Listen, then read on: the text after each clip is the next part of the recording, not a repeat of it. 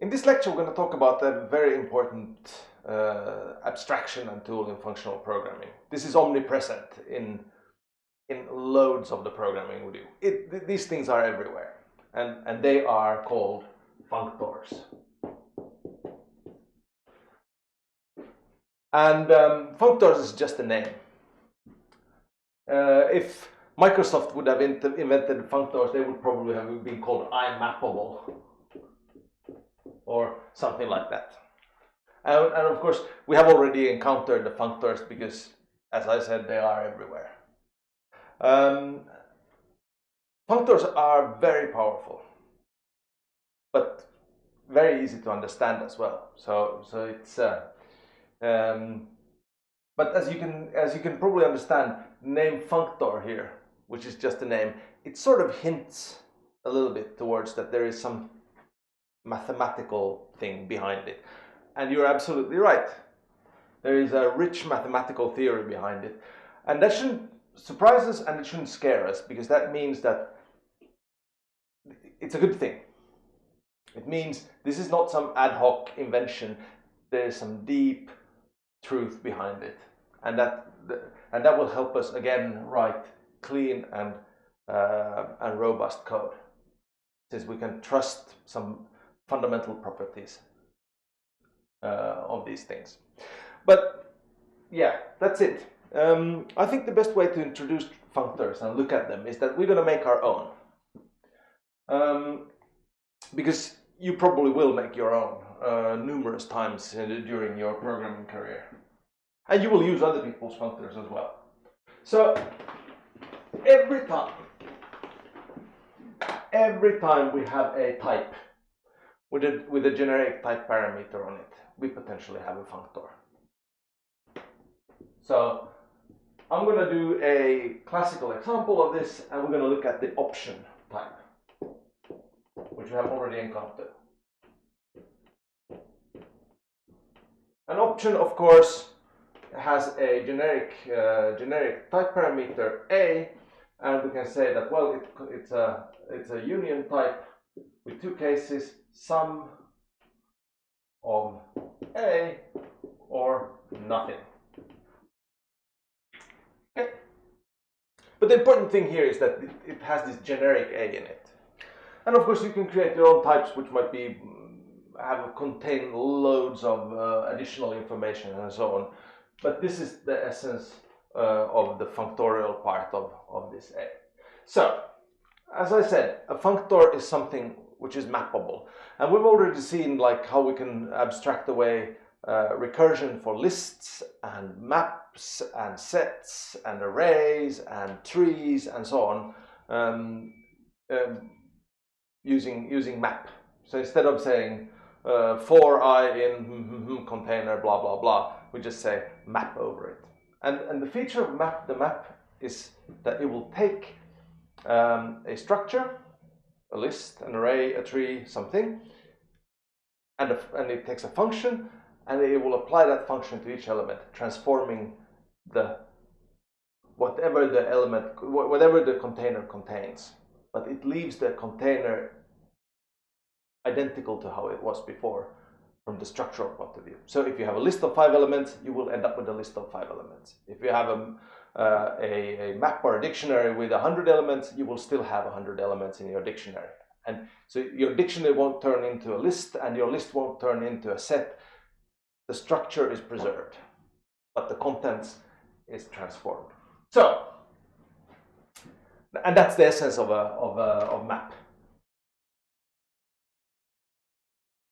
So let's look at this option. How can we define a map function for this?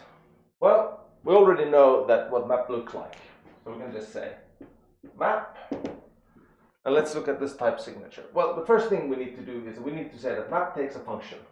That's the thing that transforms whatever is inside of it. So we have a function from A to B. And then this map takes some A option, since we're now dealing with option types, and it produces a B option.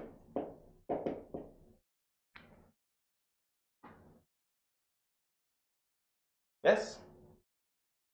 So this is how our map functions should look like.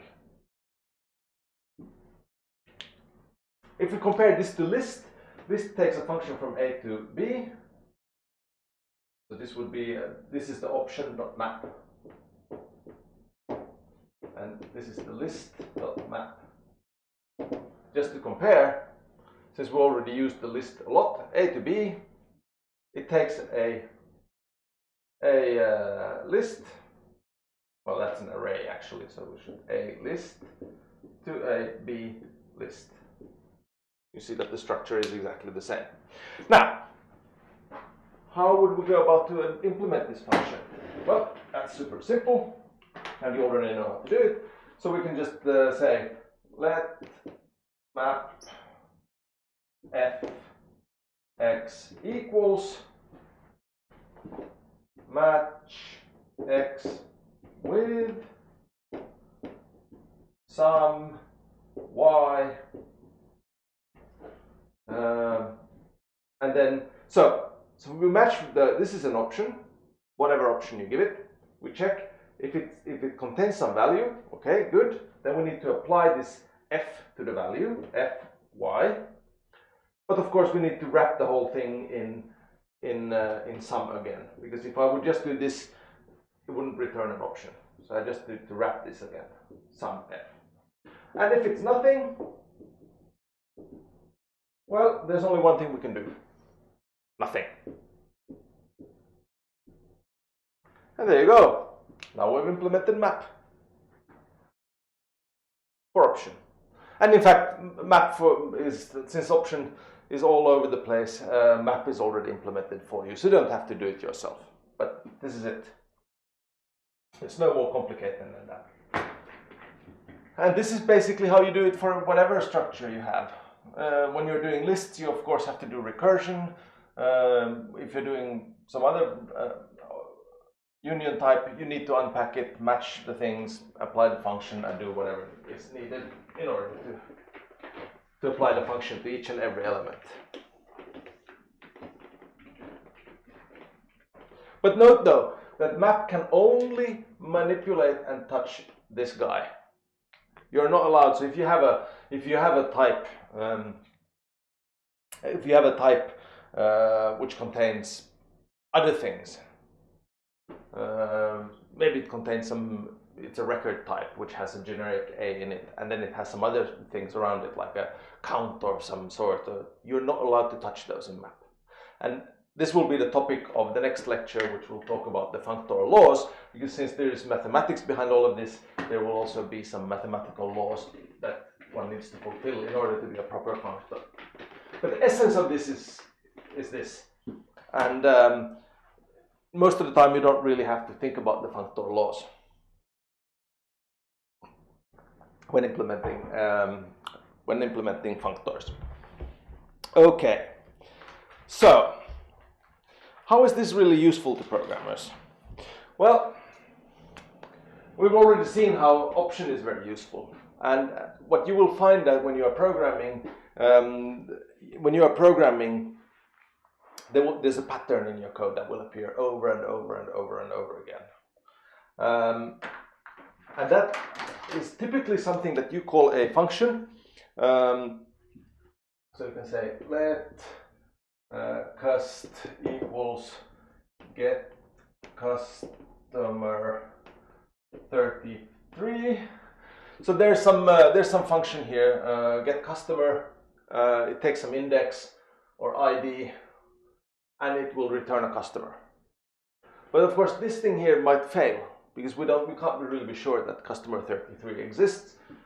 So this will actually turn out to be of the type a customer option. All right. So now we want to do something with the customer. So first we get the customer, then we go and say, okay, let what should we call it? Account. See, we need to pull out some information from this thing. Equals match cost with some C. So now we are actually checking. Now we check the customer that we got. If we got a customer back, then we take the customer information, and then we can say get account balance C. Something, and all customers have an account balance, so we know that for sure. So we don't. So this is surely this is going to always produce a result for us. Now, typically, what you want to do is say, okay, fine, but then you want to pass this on to the next stage, and the next stage. So if you have failure, you want that thing to propagate to somewhere, and then so that you can deal with it. So you actually want to rewrap this into a option, so that this thing also is an option, and maybe the next stage is an option, and then the following, and then you hand it over back to somewhere. So then you would say, okay, pipe this into sum. And if it's nothing, nothing. So here's a typical thing that might happen is that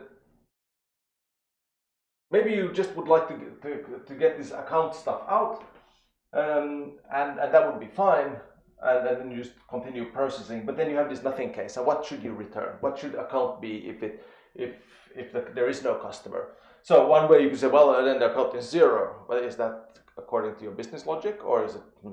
So that's some of the reasons why you might want to propagate your option type into many stages.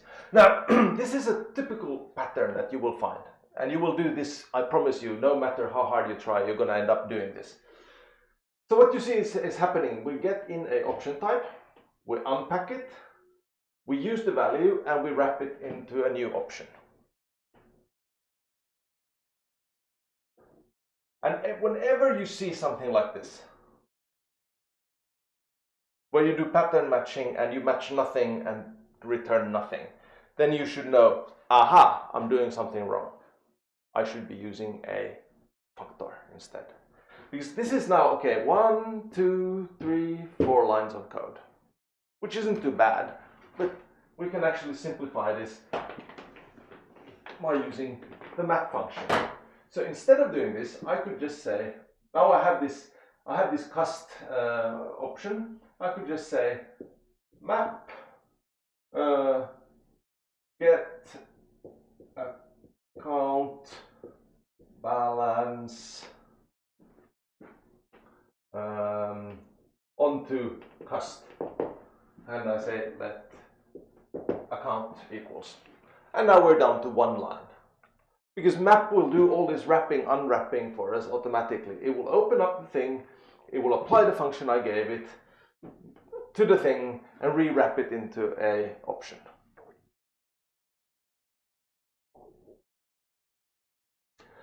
And then in the next lecture, when we're talking about the functor laws, we will also look a little bit in some more detail at functor composition, because these things do compose. Which means that then you can start building these option or even list pipelines, composing them in a nice natural way. Right. So then we see how this functor is suddenly pulling out this stuff that is very repetitive and noisy and just turning it into something very clean. And it's easy to understand, because every time you see map, you know that the structure that comes out is the same thing that you put in. Actually, I should be writing option.map, but I'm lazy. So we need to say which map to use. All right.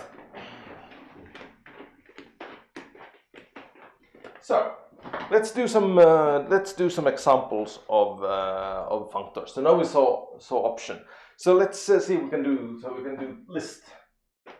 And of course, we know that there's this type list of A, and it has this beautiful definition with cons and nil, and being recursive and all of that stuff. But let's see how to do a map for lists.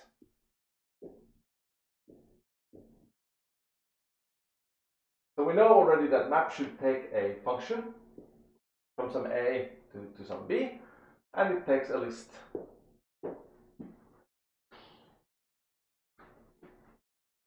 And now we say match X with, and the first case we can test against is it the empty list?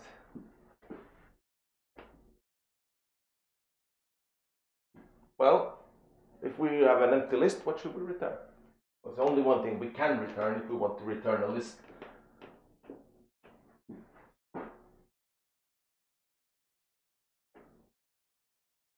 Then we can match against the head and the tail using the cons operator here. So this is the first element of the list, this is the head, and this is all of the rest of the list. So now I pulled out this one, oh, I shouldn't say X, well I should say L, match L. Alright, X and XS. Note the little pun here, XS. XS, yes, good. One could also say head, tail. But the X and XS is very, very common, at least among Haskell programmers. All right, so what can we do with this? Well, we need to produce a list. So we can say we can apply F to X, right? The element we pulled out. And then we need to recurse. Map F on XS. Now we've implemented map for lists. And we've hidden all the gory details of recursion gone here. Of course, this needs to be let rec map. Voila. Pretty simple. Of course, we have other functors. There's an identity functor. So we can say type identity A equals identity of A.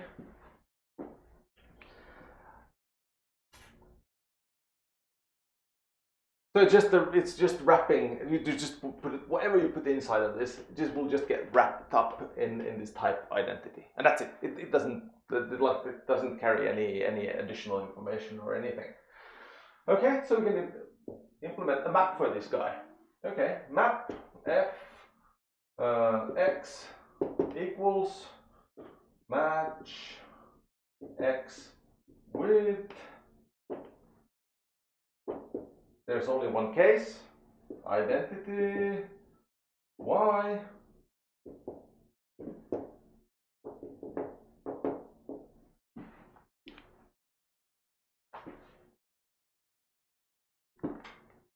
Oh, sorry, I forgot the F. Identity F or Y.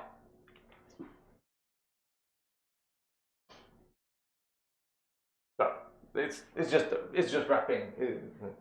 But these are, of course, of theoretical importance. These things, and sometimes you need to have a functor that isn't really doing anything, and then you can always pull out the identity functor. There's a functor called const, and that's a little bit interesting. Let's see. We have a constant functor, which is now we're going to do something which is of two generic parameters, and we're going to look at this in some more detail in the next lecture. But this will now be a functor in B. Can't have a functor of two generic variables. We have to pick one, and I'm going to pick B. And the reason for this is that this is, we're going to see next lecture, is related to partial application, because this is actually kind of a function creating types with two arguments. And A is the first thing we apply, and then we're left with this unapplied thing, so that basically we can partially apply it to get a type function of one variable, And that's the last one, and that's the one that's going to be our functorial thing, right? Okay, so this one is defined as simply as const of A. Note that this is a const of not B, which is the sort of our functorial variable. So we have actually gotten rid of the. So this is basically empty. There's no information in it. Const. Oh, I type like that. I should be a surgeon. So let's do map for this guy. Map f of x equals match x with const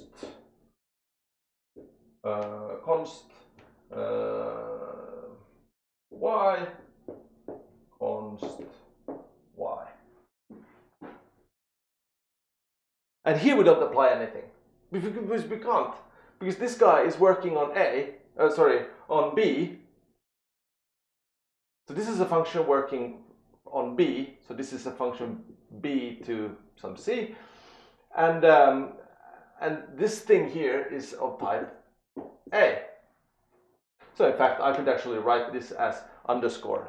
It just accepts any function, and it's not touching anything. That's why it's constant. This is like the constant function that we talked about earlier, which you just initialize with some value, and you can call it with whatever argument you want, and it will always just give you the same value back.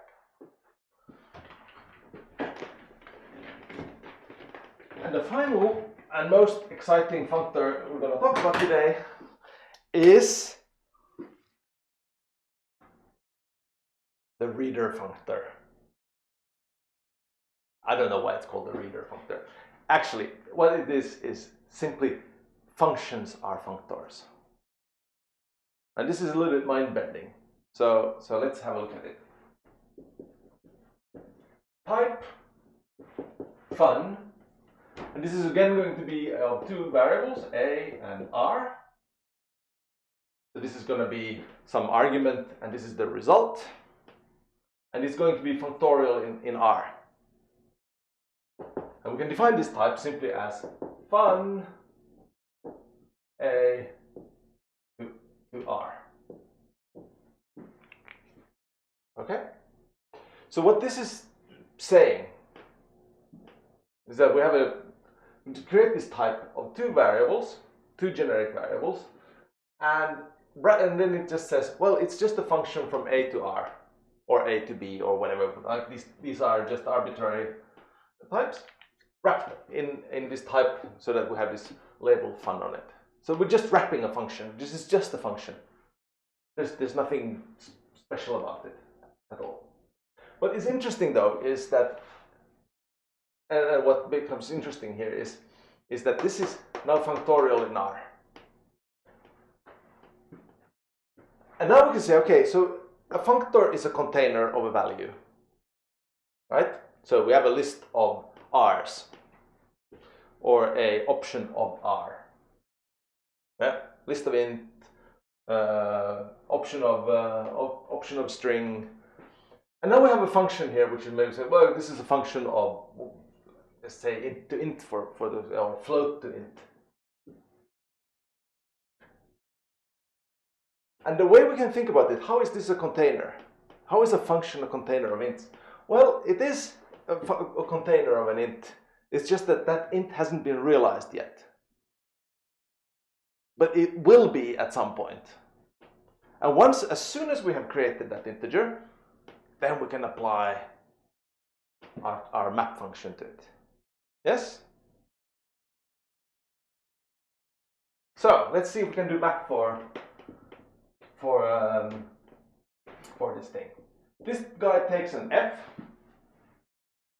I'm going to put in some explicit type annotations just to sort of make things easy. So maybe I should write down just do the option map here down here. Map f, and f is a function from A to B, and it takes an A option and returns a B option.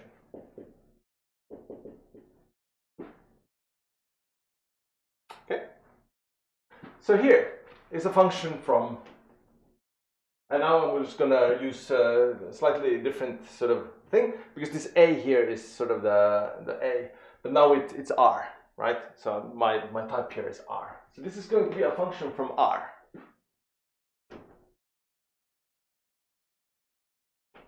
So I could rewrite this also just R to B, or A. It doesn't matter. We can call them whatever we want. Right? So since this is a functor in R, this map function here must take the function we give it must take an R. And it produces some S. Just some other type. And then this will take this R fun and return a fun. Oops.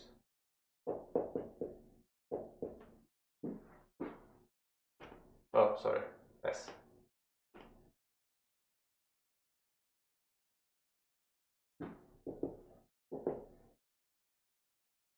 Okay, so how would this look like? Well, match,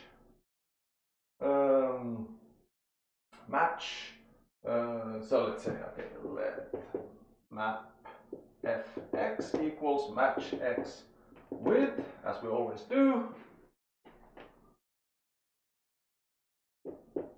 fun, and then we know that fun contains a function, g,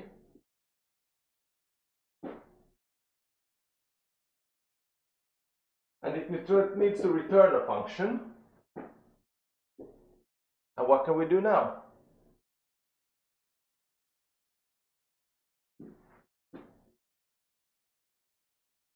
Well, look at the signatures. G is a function from A to R. So it will receive some A and then it will produce an R. And this is a function from R to S. So that means that the only thing we can do here is G compose with F.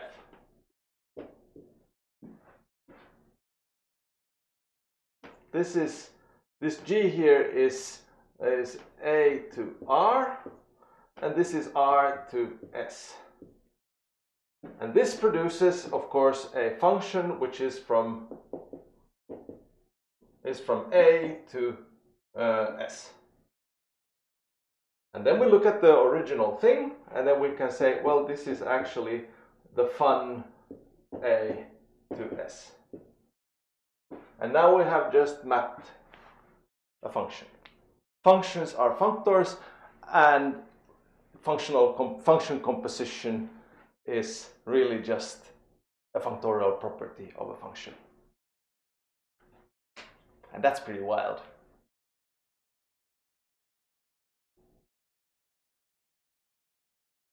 So, that was the sort of introduction to functors with some examples. In the next lecture, we will look in some more detail at the mathematical properties of functors, which is going to also be a quick introduction to category theory. Because then we need a little bit of category theory to understand where these functors come from, and then we're going to look at the functor laws and derive those, and then see that how they are fulfilled for the option type. So that's the plan for the next lecture. Until then.